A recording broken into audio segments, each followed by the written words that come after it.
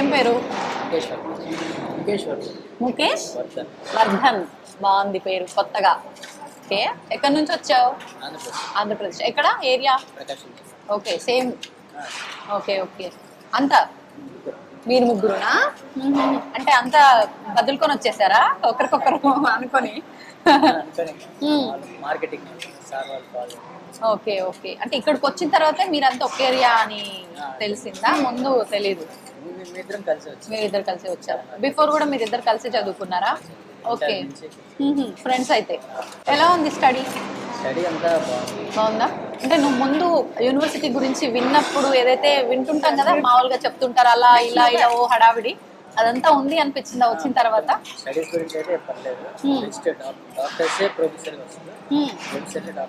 Okay. ఇంతకీ నీదే course?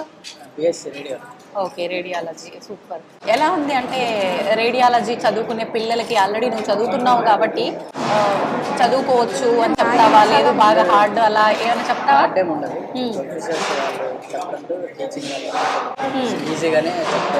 Okay. Okay. ఏ year నువ్వు?